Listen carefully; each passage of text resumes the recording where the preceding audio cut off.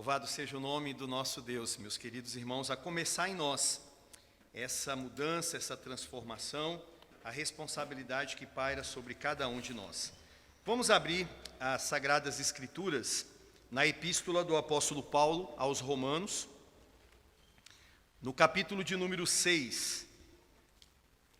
Capítulo 6, eu vou expor os 14 versículos, os primeiros 14 versículos, só que eu vou ler agora apenas os 4 primeiros versículos, e à medida que eu for expondo, então, com a graça de Deus, eu espero passar por todos esses versículos. Então, acompanhe comigo o versículo 1 do capítulo 6 até o 4, que diz assim: Que diremos, pois? Permaneceremos no pecado para que seja a graça mais abundante? De modo nenhum. Como viveremos ainda no pecado, nós, o que para ele morremos? Ou porventura ignorais que todos nós que fomos batizados em Cristo Jesus, fomos batizados na sua morte? Fomos, pois, sepultados com ele na morte pelo batismo, para que, como Cristo foi ressuscitado dentre os mortos pela glória do Pai, assim também andemos nós em novidade de vida. Vamos orar, meus irmãos. Querido Deus, louvado seja o Senhor. Deus amado, nós já cantamos para o Senhor, nós ouvimos as leituras da palavra e estamos aqui, Deus, gratos por tudo que o Senhor fez até o momento.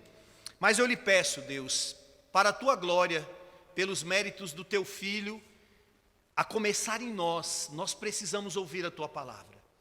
Nós precisamos ouvi-lo, Deus, e rogamos, neste momento, o teu povo reunido, fale conosco nesse texto de Romanos capítulo 6, em nome de Jesus, para a glória de Cristo Jesus, que o teu Espírito possa abrir o nosso entendimento, nos iluminar, para que ao sairmos daqui, Senhor, a gente saia com a convicção de que o Senhor falou conosco e que algo foi mudado dentro de nós. Eu lhe peço isso, Deus, em nome de Jesus, amém. Amém, meus irmãos, pode se assentar.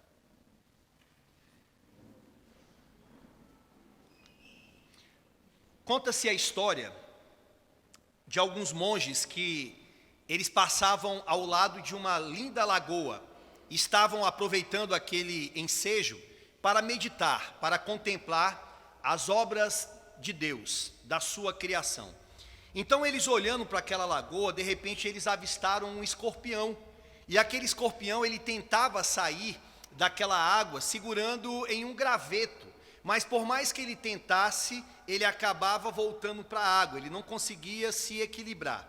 Até que depois de várias tentativas, um daqueles monges, ele saiu então daquele grupo deles e foi até aquele escorpião para tentar ajudá-lo.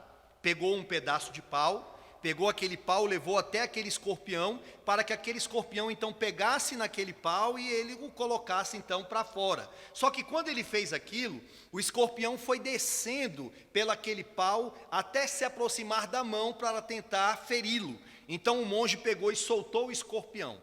Depois ele foi lá e tentou de novo o escorpião tentou feri-lo. Isso aconteceu por várias vezes, até que por fim, depois de várias tentativas, aquele monge conseguiu então tirar o escorpião e colocar ele ali naquela parte da terra. Quando ele voltou para os outros monges, um deles o interpelou dizendo: eu não te entendo, eu não consigo compreender o que lhe motiva a você tentar ajudar um bicho tão ruim quanto esse.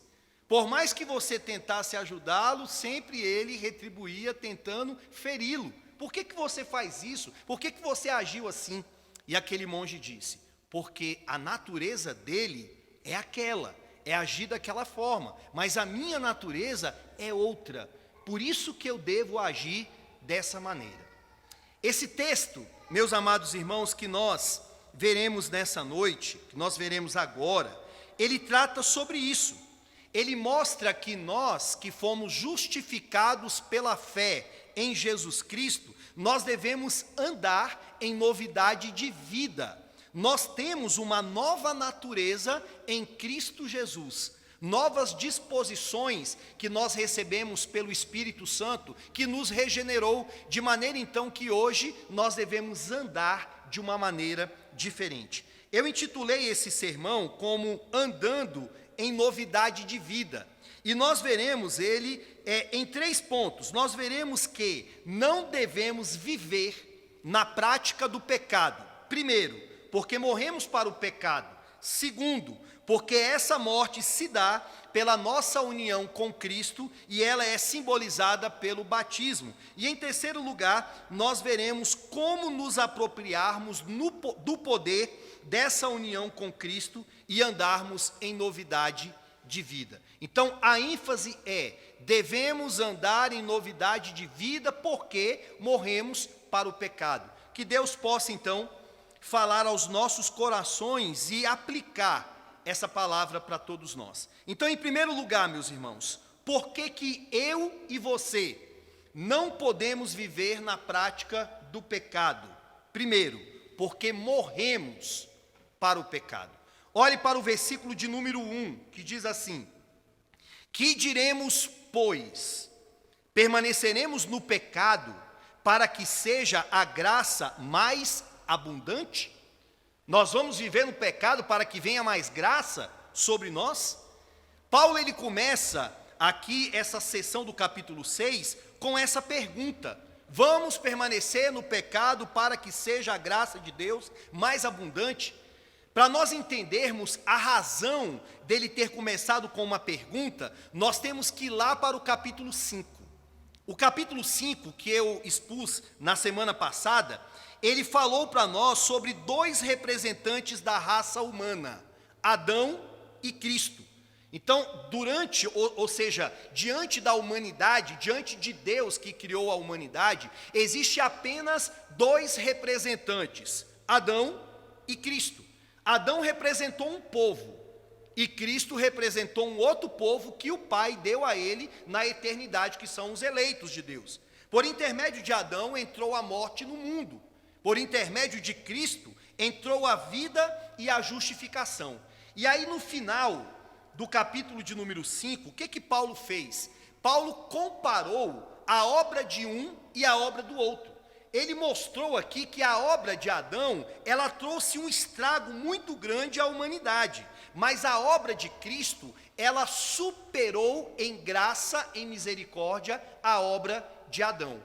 Então, no final do capítulo 5, Paulo vai deixar bem claro, mostrando que a obra de Cristo, ela é superior. Por exemplo, dê uma olhada no versículo 15 do capítulo 5, que após o apóstolo Paulo falar da obra de Adão, da ofensa que trouxe, ele então diz: muito mais a graça de Deus e o dom pela graça de um só homem, Jesus Cristo, foram abundantes sobre muitos. Depois, no final do versículo 17, ele diz: muito mais os que recebem a abundância da graça. No final do versículo 19, muitos se tornarão justos. Percebam que o tempo todo ele está colocando em superioridade a obra de Cristo. E aí, para concluir, no versículo de número 20, Paulo diz: sobreveio a lei para que avultasse a ofensa, ou seja, para destacar o nosso pecado. Mas onde abundou o pecado, superabundou a graça de Deus. Ele mostrou aqui que o pecado que abundou por intermédio de Adão, a obra de Cristo, ela superabundou isso. A obra de Cristo, ela é superior. Agora vejam, irmãos, o raciocínio do apóstolo Paulo. A partir desta conclusão, onde abundou o pecado, superabundou a graça, Paulo previu algumas pessoas que iriam questionar o evangelho que ele estava pregando, dizendo o seguinte: Paulo, deixa eu ver se eu entendi o que você está dizendo. Quer dizer que eu estava em pecado, eu estava morto, eu fui alcançado pela graça de Deus, ou seja, o pecado abundou, mas a graça de Deus superabundou na minha vida. Então, pecado é igual à graça de Deus. Então, a lógica não é: quanto mais pecarmos, mais a graça de Deus será manifesta na nossa vida? Então, vamos pecar. Porque quanto mais nós pecarmos, mais a graça de Deus nós teremos. Então vejam que a matemática, equivocada dos críticos do apóstolo Paulo era a seguinte: vamos pecar, pois quanto mais pecarmos, mais a graça de Deus nós teremos. Vejam que raciocínio infeliz é esse. É muito parecido, eu não sei se você já passou por isso, mas eu passei algumas vezes, ao ensinar a doutrina da predestinação, a doutrina da soberania de Deus, alguns amigos, às vezes de outras denominações, diziam assim: mas Marcos, calma aí, então quer dizer que, já que você está dizendo que Deus tem os seus eleitos, aqueles que o Senhor predestinou, então, se eu já estou salvo, uma vez salvo, salvo para todo sempre, então não importa o que eu faça, não importa se eu tenho a minha mulher, mas eu tenho mais duas, se o meu relacionamento, se o meu namoro é bagunçado, não importa se eu vivo em prostituição, não importa se eu dou calote nas pessoas, porque eu sou eleito. Então, se eu sou eleito, tanto faz. Agora, vejam, meus irmãos, que o raciocínio é este, mas a resposta do apóstolo Paulo não é essa. Olhe para o versículo de número 2, que Paulo, então, ele vai dar a resposta aqui, quando ele diz: permaneceremos no pecado para que seja a graça mais abundante, versículo 2, de modo nenhum. E esse de modo nenhum aqui, meus irmãos, significa nem pensar, nem por uma hora. A King James, ela coloca assim: que Deus nos livre de nós agirmos assim. Que o Senhor nos livre de nós entendermos que a graça de Deus é uma graça barata. É uma graça no qual a gente pode viver de qualquer jeito. Como diz Judas lá no versículo de número 3, que nós até lemos hoje na escola bíblica dominical. Eles estavam barateando a graça de Deus, achando que poderiam viver de qualquer maneira. Ou seja, a doutrina da segurança da salvação, da justificação, ela pode levar a esse tipo de entendimento, tá? E deixa eu dar só uma pausa aqui para te falar uma coisa. Você quer saber se você está pregando ou ensinando o verdadeiro evangelho bíblico? Sabe como é que você sabe? Quando você está pregando o verdadeiro evangelho, o evangelho de Paulo, o evangelho das Escrituras, é através da reação das pessoas. Se as pessoas reagirem dessa maneira, como Paulo está prevendo aqui, certamente você está no caminho de estar pregando o verdadeiro evangelho. É igual quando Paulo, por exemplo, está falando da predestinação, lá no capítulo 9, que nós vamos chegar lá. Paulo vira, após ele ter falado que o Senhor escolheu Jacó e não escolheu Esaú, antes mesmo deles terem nascido, apesar do que eles tinham feito. E aí Paulo vira e fala: que diremos, pois? A injustiça da parte de Deus? Deus é injusto quando ele não escolhe um e escolhe outro? A resposta é: de maneira nenhuma.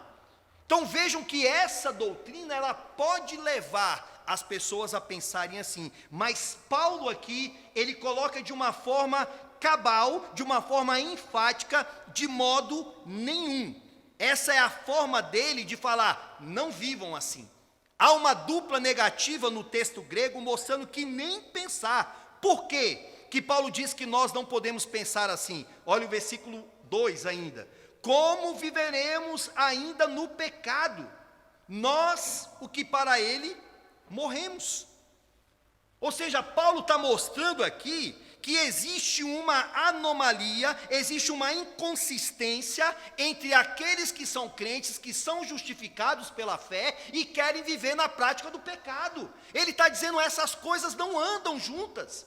Como que nós, que fomos justificados, como que nós que morremos para o pecado, nós vamos viver na prática do pecado?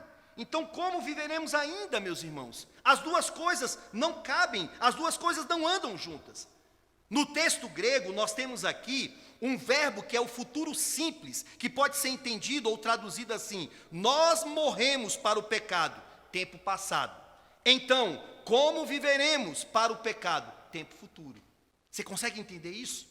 Agora, vejam em que sentido Paulo está falando sobre nós morrermos para o pecado.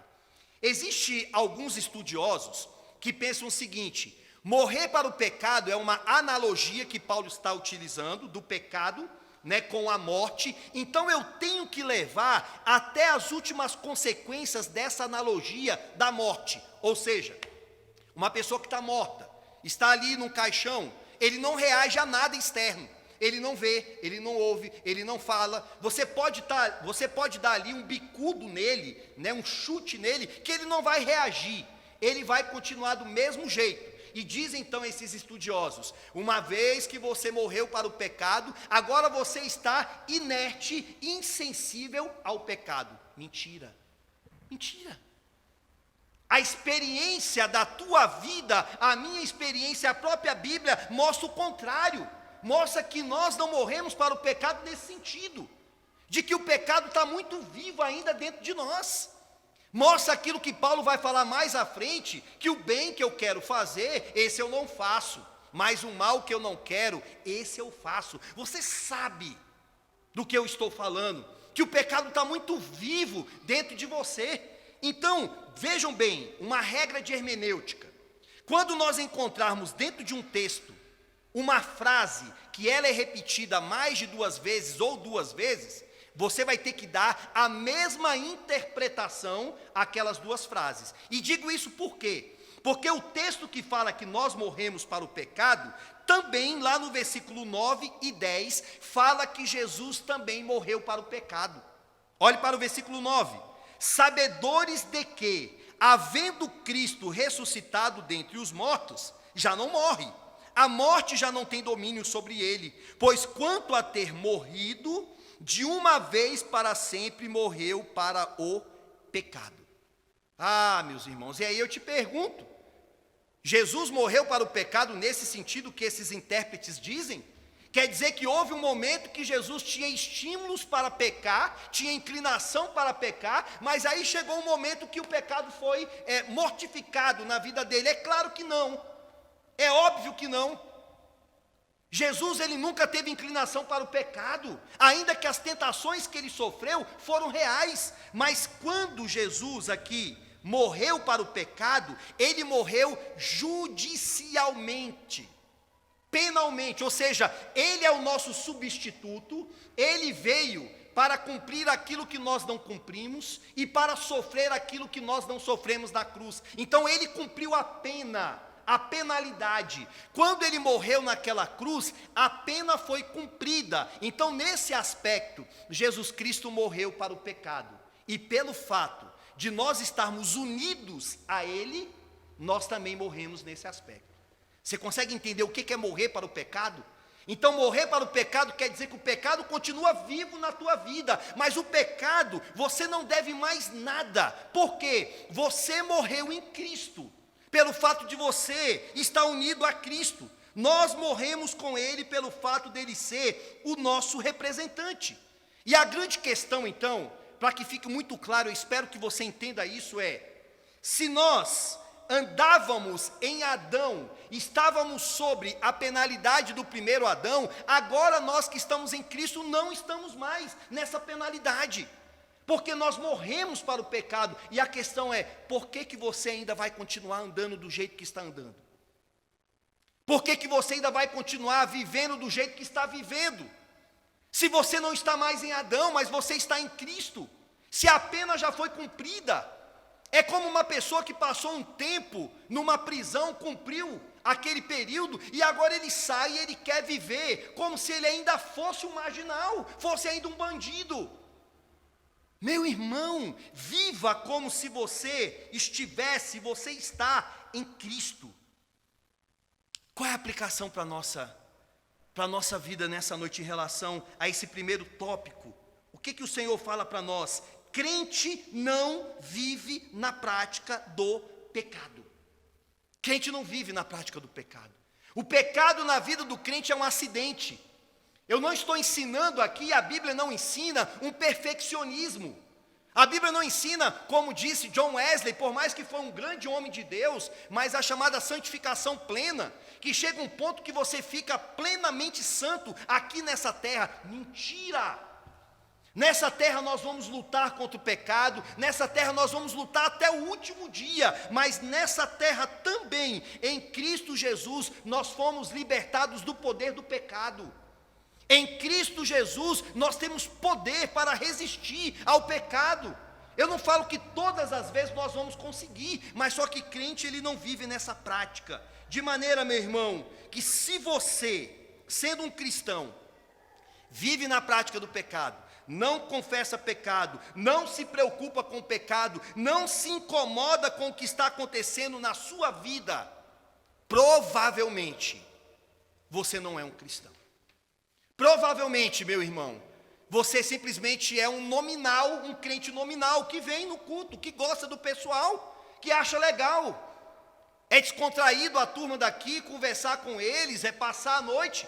Mas se isso não arde no teu coração, eu pequei, eu errei, eu transgredi a tua palavra, examine-se a si mesmo para saber se você está em Adão ou está em Cristo. Paulo, lá em 2 Coríntios 13, no versículo de número 5, ele diz: examinai-vos a vós mesmos, se realmente estáis na fé, provai-vos a vós mesmos, ou não reconheceis que Jesus Cristo está em vós, se não é que já estáis reprovados. Às vezes pode ser que Deus te trouxe essa noite para você ouvir isso.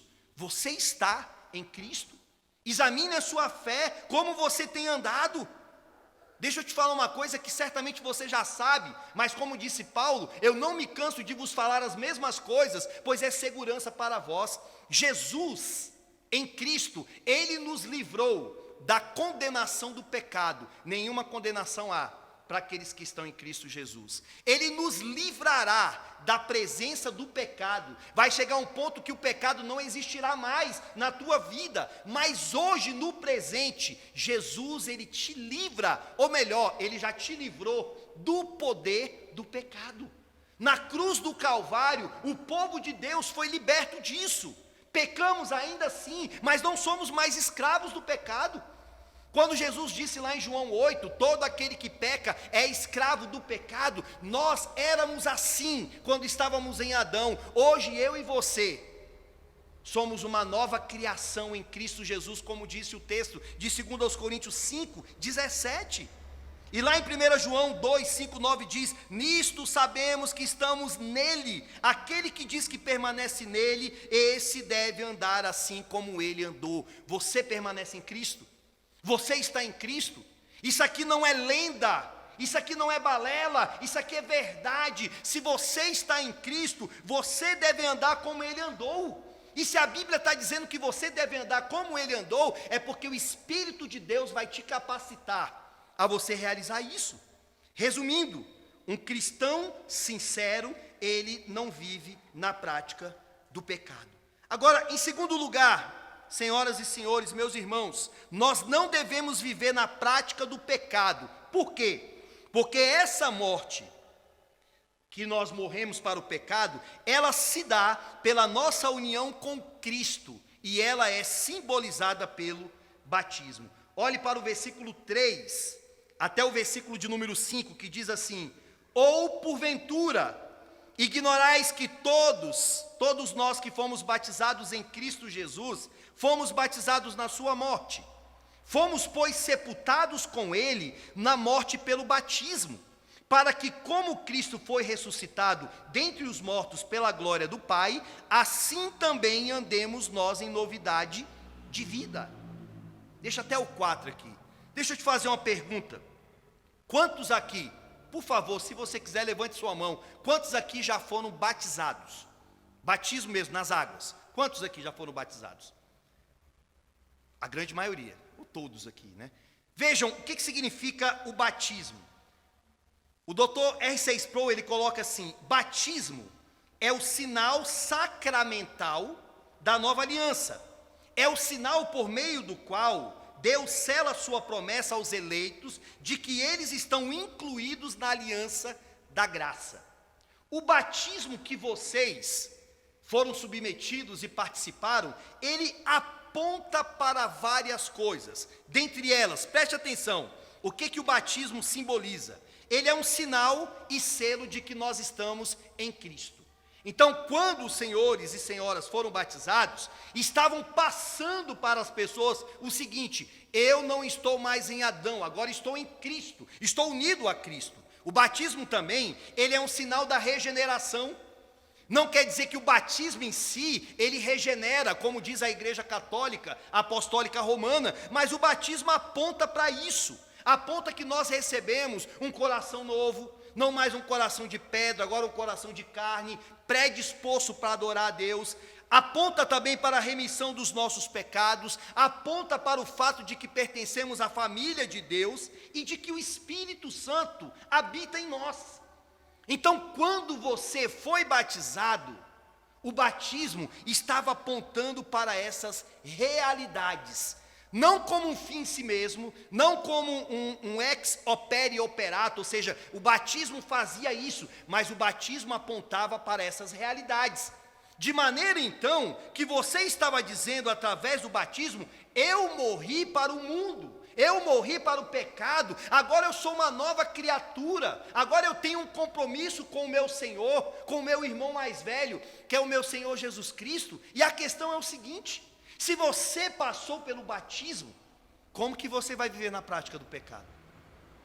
Se você diz que o Espírito Santo habita em você, por intermédio também do batismo, como que você vai viver ofendendo-o constantemente, dioturnamente? Sabendo que você é o templo do Espírito, indo para lugares inadequados, fazendo aquilo que não deve, vendo aquilo que não deve ser visto, colocando os seus olhos, que é a janela da alma, em lugares inapropriados.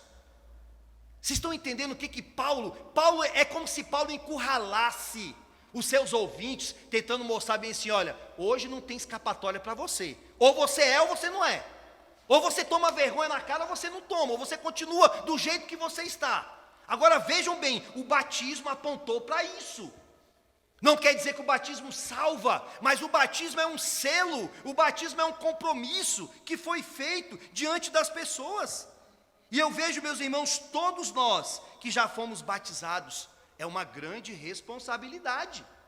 Agora, vejam que Paulo, no versículo 4, falando do batismo, ele diz, olhe para o verso 4: fomos, pois, sepultados com ele na morte pelo batismo, para que, como Cristo foi ressuscitado dentre os mortos, pela glória do Pai, assim também andemos nós em novidade de vida.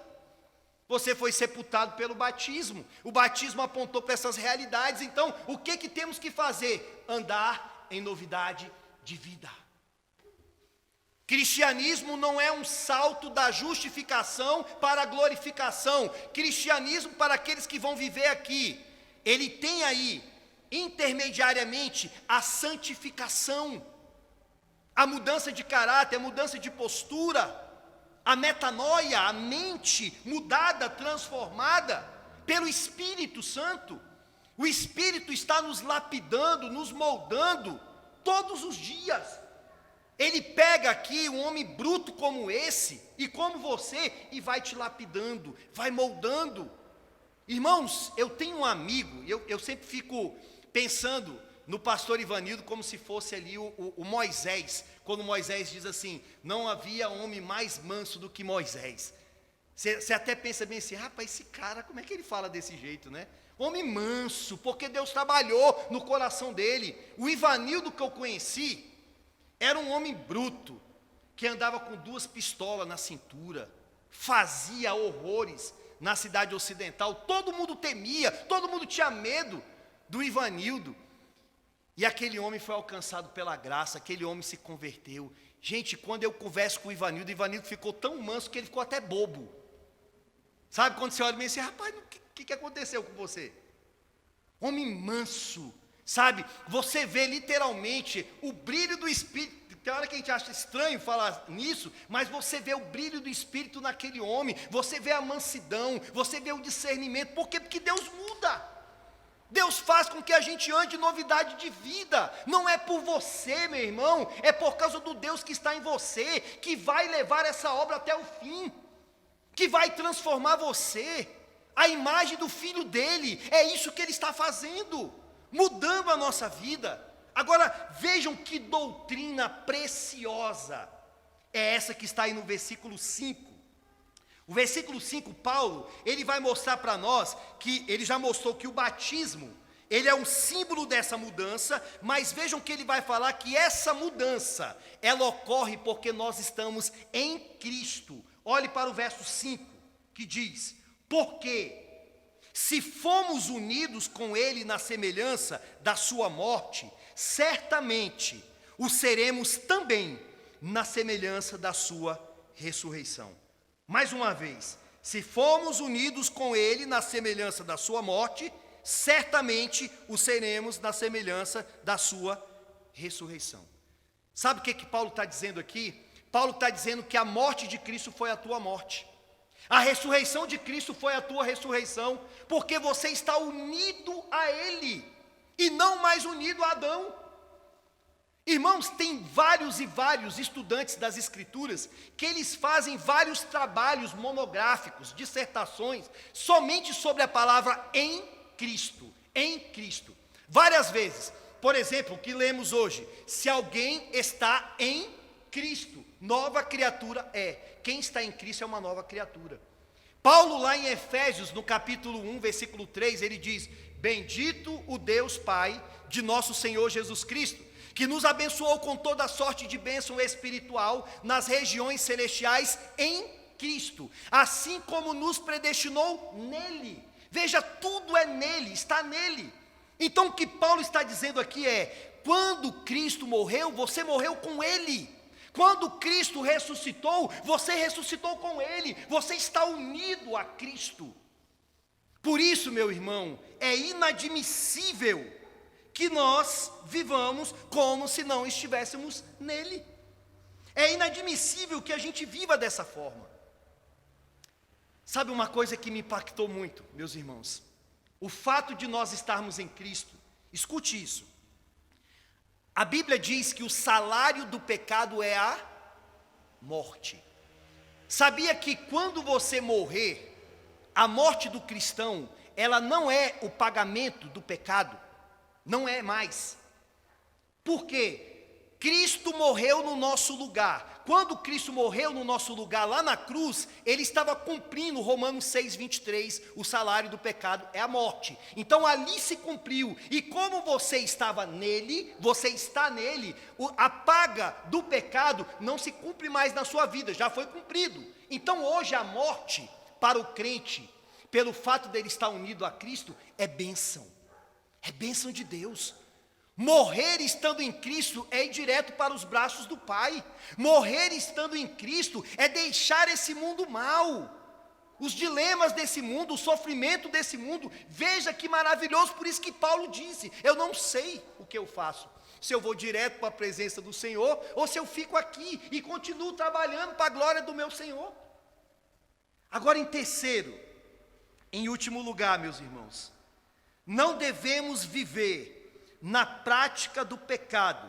E nós veremos então, por fim, a aplicação de Paulo é como nos apropriarmos do poder dessa união com Cristo e andarmos em novidade de vida. Já que nós morremos para o pecado, e o batismo simboliza isso, e a união com Cristo é que faz com que a gente de fato esteja morto para isso, como que nós então devemos viver isso no nosso dia a dia? Paulo vai mostrar aqui do 6 ao 10, ou do 6 ao 14, 3 coisas que nós devemos fazer: sabermos de algumas coisas, considerarmos algumas coisas e oferecermos. 3 coisas que Paulo coloca no sermão dele, como uma aplicação. Então, primeiro, sabendo, olhe para o versículo 6, sabendo isto, que foi crucificado com ele o nosso velho homem, para que o corpo do pecado seja destruído e não sirvamos o pecado como escravos, porquanto quem morreu está justificado do pecado. Ora, se já morremos com Cristo, cremos que também com ele viveremos, sabedores de que, havendo Cristo ressuscitado dentre os mortos, já não morre, a morte já não tem domínio sobre ele. Pois quanto a ter morrido de uma vez para sempre, morreu para o pecado, mas quanto a viver, vive para Deus. O que Paulo está mostrando aqui para nós é o seguinte, irmãos: nós temos que saber disso, Cristianismo não é só fazer, mas cristianismo também, e em primeiro lugar, é saber. Você não faz uma coisa sem primeiro saber. Você não age sem primeiro saber por que você está agindo. Então Paulo quer que você saiba o seguinte: o nosso velho homem foi crucificado. Ele morreu. E o que é o velho homem? O que é o antigo Marcos? O que é o antigo Jefferson? O que é o antigo Mateus? Quem é esse antigo Donato? Quem é esse antigo homem? O antigo homem não está falando das suas disposições, está dizendo: aquilo que você era em Adão, acabou. É uma página virada.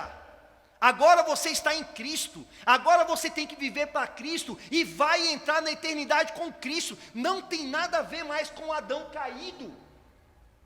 Você morreu em Cristo para uma nova vida. Olha o que o texto diz: pois quanto a ter morrido, de uma vez para sempre, morreu para o pecado, mas quanto a viver, vive para Deus.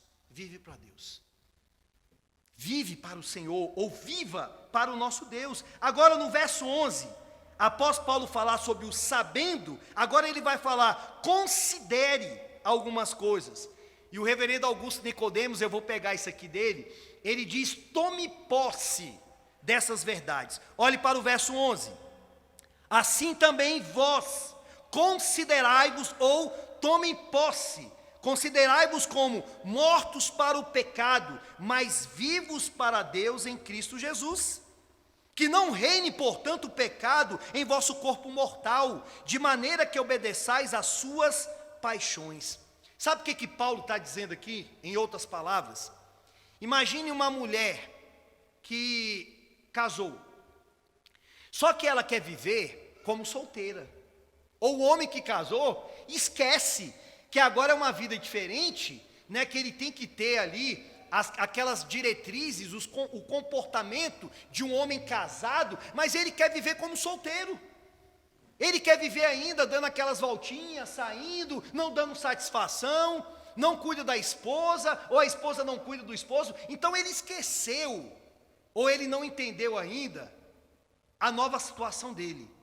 Assim também tem muitos crentes que estão em Cristo, mas continuam teimando e querem viver como se estivessem em Adão, o velho homem. Esqueceram, acham que o cristianismo é uma brincadeira. Esqueceram que a chave foi virada, que a página da tua vida mudou, que há 2000 anos atrás Cristo morreu por você, para mudar a tua vida.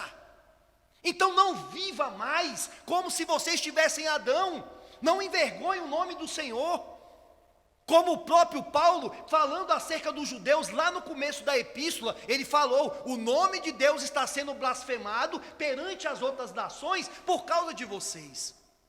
Vivam, entendendo qual é a sua identidade, quem você é.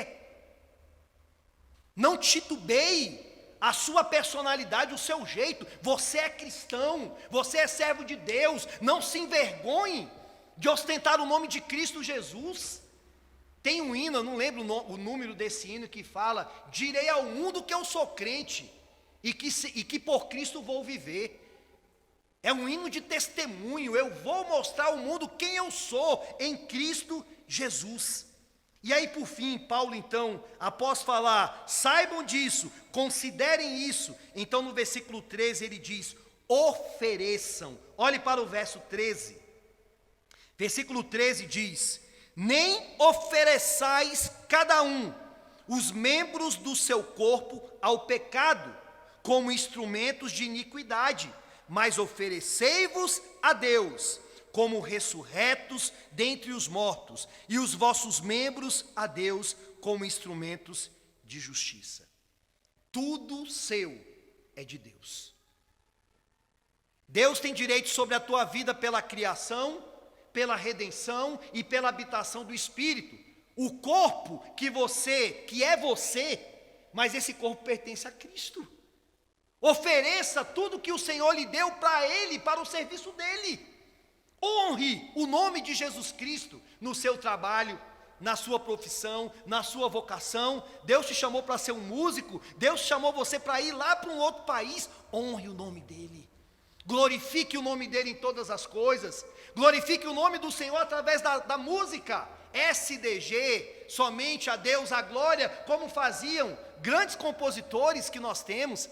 Deus te chamou para quê? Para ser médico, enfermeiro, pedreiro, professor. Ah, meu irmão, qual a área? Uma dona de casa, glória a Deus por isso. Faça da melhor maneira possível, exalte o nome do Senhor, ofereça o seu corpo a Deus como um sacrifício vivo, como o apóstolo Paulo diz. Agora, irmãos, vejam a promessa que nós temos no versículo de número 14. Versículo 14, olhe para esse texto que diz, é uma promessa: porque o pecado não terá domínio sobre vós, pois não estáis debaixo da lei, e sim da graça. Amém, meus irmãos? O pecado não terá domínio sobre vocês. O pecado não terá domínio mais sobre nós. Por quê? Porque nós não estamos mais debaixo da maldição da lei, e sim da graça de Deus. Uma graça salvífica, uma graça que muda, uma graça que traz disposições para nós obedecermos a Deus. É o Espírito de Deus que habita em nós. Eu concluo, meus irmãos, dizendo que tudo isso que nós ouvimos, e muito mais, em outras coisas que poderíamos também ver, a libertação do poder do pecado, a nova natureza, só é possível porque uma pessoa morreu por nós, Jesus Cristo. Por causa de Jesus, você morreu para o pecado. Por causa de Jesus, você faz parte de uma nova família. Por causa de Jesus, você vai entrar na glória, louvando e bendizendo a Deus. Por causa de Jesus, o Espírito Santo foi enviado e habita em você. Por causa de Jesus, você tem uma nova cosmovisão. Você consegue entender que a vocação não é apenas a vocação do pastoreio, mas a vocação é em tudo aquilo que Deus me chamar para fazer. Por causa de Jesus, então, somente por causa dele. E diante disso, então, eu lhe exorto, graciosamente, humildemente, a adorar a esse Cristo. Adore esse Cristo, meu irmão. O maior presente que você recebeu é esse: eu morri para o pecado, eu vivo agora para o meu Senhor, eu vou adorar o meu Senhor para todo sempre. Adore, que isso sirva como uma motivação para você, para continuar, para pregar, para viver, seja o que for que aconteça com você, viva para a glória dEle, na presença dEle. Leia as Escrituras que vai falar sobre Ele. E eu quero indicar aqui dois livros. Eu sei que as Escrituras é suficiente para nós, mas existem literaturas que nos ajudam. 2 livros sobre mortificação do pecado. Se você quer estudar um pouco mais sobre isso, leia um livro de Joe Owen, A Mortificação do Pecado. E se você quer uma literatura que ela fala sobre as mesmas coisas, só que no linguajar um pouco mais claro, mais fácil, leia O Mal que Habita em Mim, da editora Cultura Cristã. Que Deus te abençoe, meu irmão. Deus te trouxe aqui nessa noite para você ouvir essa palavra e adorar o Deus dessa palavra. Vamos orar. Querido Deus, glória ao teu nome. Ó Senhor, muito obrigado, meu Senhor Deus, porque o Senhor nos escolheu antes da fundação do mundo. O Senhor morreu por nós há 2000 anos atrás e nos regenerou e nos atraiu para si e fez tantas coisas em nós. Oh Deus, nos ajude, Senhor, que essa palavra possa ser colocada no nosso dia a dia, que possamos viver não mais como o velho homem, o Adão, mas que essa palavra possa resultar em mudança no nosso dia a dia, mudança no nosso palavreado, mudança no nosso relacionamento, mudança nas nossas conversas com as pessoas mais velhas, nas tratativas com eles, mudança na nossa forma de cultuar, mudança na educação dos nossos filhos, mudança em sabermos ouvir mais e falar menos, sabermos o momento de falar, o momento de se calar. Oh Deus querido, que todo aquele comportamento velho, imundo, que levou o Senhor a morrer na cruz, a sofrer a ira de Deus no nosso lugar, que nós possamos, Senhor Deus, entender que isso passou, que agora somos uma nova criação em Cristo Jesus. Amém.